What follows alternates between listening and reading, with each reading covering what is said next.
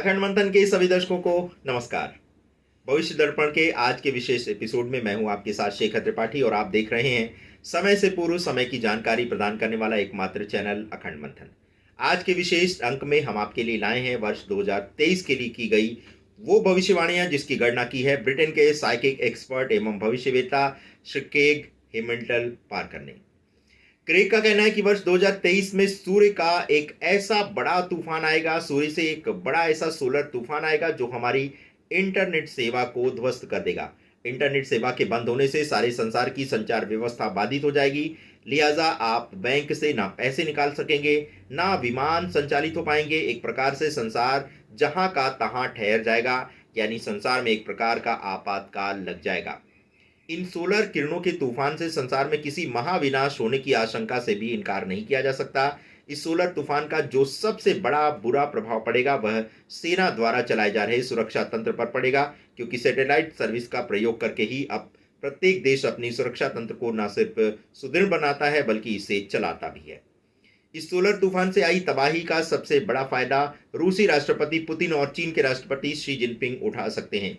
Craig ने आशंका व्यक्त की है कि यदि सैटेलाइट सेवाओं के कारण किसी देश की सुरक्षा प्रणाली में कोई बाधा आती है तो इसका लाभ उठाते हुए रूस और चीन किसी देश पर साइबर अटैक भी कर सकते हैं या फिर किसी देश की सुरक्षा प्रणाली में सेल लगाकर उसे तबाह कर सकते हैं।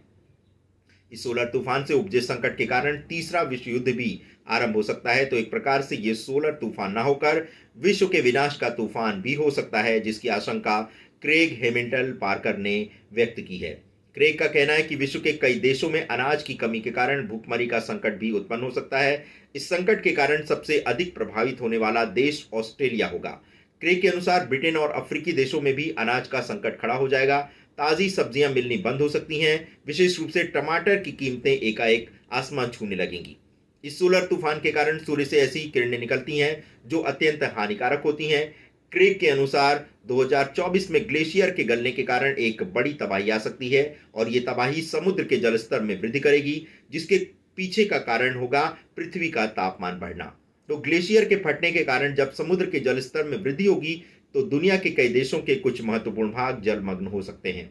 इसके अतिरिक्त क्रेग ने कहा है कि ब्रिटेन जैसे देश अपने प्रत्येक नागरिक को एक डिजिटल पहचान पत्र जारी कर सकते हैं। एक प्रकार से ये निजी डोमेन होगा जिससे उस व्यक्ति की पहचान निर्धारित की जाएगी। इस डिजिटल आइडेंटिटी से सबसे बड़ा लाभ ये होगा कि कोई व्यक्ति अपनी फर्जी आईडी नहीं बना सकेगा। जैसा कि आप सभी जानते हैं कि फेसबुक, ट्विटर जैसे सोशल मीडिया प्लेटफॉर्म पर लोग अपनी फर्जी आईडी तैयार करते हैं और उस आईडी के माध्यम से धोखाधड़ी करते हैं। तो यदि प्रत्येक व्यक्ति को उसकी डिजिटल आईडी प्रदान कर दी जाएगी तो धोखाधड़ी के मामले रुक सकते हैं। ये डिजिटल आईडी आधार कार्ड से अलग होगी। भारत सरकार भी ब्रिटेन के बाद इस डिजिटल आईडी को बनाने पर विचार कर सकती है। क्रेग हेमिल्टन ने एक और भविष्यवाणी करते हुए दुनिया के कई देशों को चौंका दिया है। उनका कहना है कि 2023-24 में ही रूस और चीन दोनों देश मिलकर एक मिलिट्री अलायंस यानी सेना का गठबंधन कर सकते हैं। जिस प्रकार से दो देश व्यापारिक गठबंधन करते हैं, उसी तर्ज पर रूस और चीन दोनों देशों की सेनाओं का गठबंधन कर सकते हैं। यदि ऐसा होता है तो इन दोनों देशों की सेना के गठबंधन के फलस्वरूप ये सेना का गठबंधन संसार की सबसे बड़ी सेना का गठबंधन बन जाएगा। इस गठबंधन में ऐसी शर्तें रखी जाएंगी कि यदि कोई देश रूस या चीन पर आक्रमण करता है या फिर सीमा संबंधी कोई विवाद होता है तो ऐसी स्थिति में दोनों देशों की सेनाएं उस शत्रु देश से मिलकर लड़ेंगी जिस देश ने रूस या चीन पर आक्रमण किया होगा। यदि ऐसा कोई गठबंधन बनता है तो सबसे बड़ा संकट भारत पर खड़ा होगा, क्योंकि भारत चीन का सीमा विवाद लंबे समय से विवाद का एक बड़ा केंद्र रहा है। हाल में ही भारत के विदेश मंत्री एस जयशंकर ने भी कहा है कि भारत चीन सीमा विवाद अब तक के सबसे मुश्किल दौर से गुजर रहे हैं। तो रूस चीन सेना का गठबंधन भारत के लिए एक बड़ी चुनौती बन जाएगा। यद्यपि रूस भारत का मित्र देश है और चीन की सेना के गठबंधन से पहले रूस को भारत के दृष्टिकोण और सुरक्षा को भी देखना होगा। रूस यूक्रेन के मध्य छिड़े युद्ध के दौरान ही अभी हाल में ही चीन ने रूस को ड्रोन मुहैया कराने का प्रस्ताव दिया है। इसके साथ ही साथ चीन रूस को अन्य युद्ध के हथियार देने का भी प्रस्ताव रख रहा है। यदि रूस इस प्रस्ताव को स्वीकार कर लेता है तो रूस यूक्रेन युद्ध का पूरा प्रारूप बदल जाएगा और इस बात से इनकार नहीं किया जा सकता कि यही वो समय होगा जब रूस यूक्रेन युद्ध तीसरे विश्व युद्ध में बदल जाए, क्योंकि रूस चीन के मिलिट्री अलायंस बनने के बाद संसार के दो सबसे शक्तिशाली देश एक मोर्चे पर होंगे और बाकी संसार के देश दूसरे मोर्चे पर होंगे।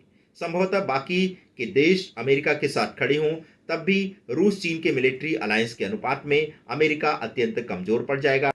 क्रेग ने नवंबर 2023 में रूस चीन के सेना के गठबंधन होने की संभावना व्यक्त की है, किंतु उन्होंने इस बात की भी चेतावनी दी है कि रूस चीन सेना के गठबंधन के साथ ही साथ चीन ताइवान को अपने देश में मिलाने के लिए उस पर आक्रमण कर सकता है। यदि ऐसा हुआ तो भारत के लिए एक बड़ी समस्या खड़ी हो जाएगी। इसके साथ ही साथ उन्होंने अमेरिकी राष्ट्रपति बाइडेन की हत्या होने की भी आशंका व्यक्त की है। क्रेग के अनुसार गर्मियों के 4 महीने के दौरान बाइडेन बीमार भी पड़ सकते हैं और बेड रेस्ट के कारण वो लंबे समय के लिए अमेरिका और विश्व की राजनीति से दूर हो जाएंगे।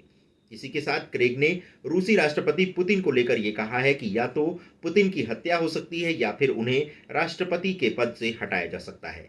यदि ऐसा होता है तो रूस यूक्रेन के मध्य छिड़े युद्ध में एक नया संकट खड़ा हो जाएगा। आशंका इस बात की है कि रूस चीन आपस में ये समझौता कर लें कि रूस यूक्रेन पर अपना कब्जा जमा लेगा और चीन ताइवान पर। किंतु क्रेग का कहना है कि अमेरिकी राष्ट्रपति पहले ही अमेरिकी राजनीति में सबसे कमजोर राष्ट्रपति के रूप में उभरे हैं, अतः पहले वो अमेरिकी राजनीति से दूर होंगे और उसके पश्चात रूसी राष्ट्रपति पुतिन का नंबर आएगा। किंतु इन विनाशकारी भविष्यवाणी के मध्य क्रेग ने एक बहुत बड़ी संभावना व्यक्त की है। क्रेग का कहना है कि विनाश के इन्हीं क्षणों में विश्व के सभी देशों के मनुष्यों की आध्यात्मिक चेतना में बहुत तेजी से वृद्धि होगी और संसार का प्रत्येक मनुष्य ये सोचने पर विवश हो जाएगा कि आखिर उसने इस पृथ्वी पर जन्म क्यों लिया है। यदि ऐसा होता है तो ये अब तक की सबसे बड़ी घटना होगी, क्योंकि यदि विश्व स्तर पर संसार के लगभग 8 अरब मनुष्यों की आध्यात्मिक चेतना में जागृति आती है तो ये ब्रह्मांड का अब तक का सबसे बड़ा चमत्कार होगा, क्योंकि ऐसी घटना तो सतयुग में भी नहीं घटी है। भारत में सनातन धर्म के प्रतीक बनने वाली प्रतिमा 2032 तक बनकर पूर्ण हो जाएगी।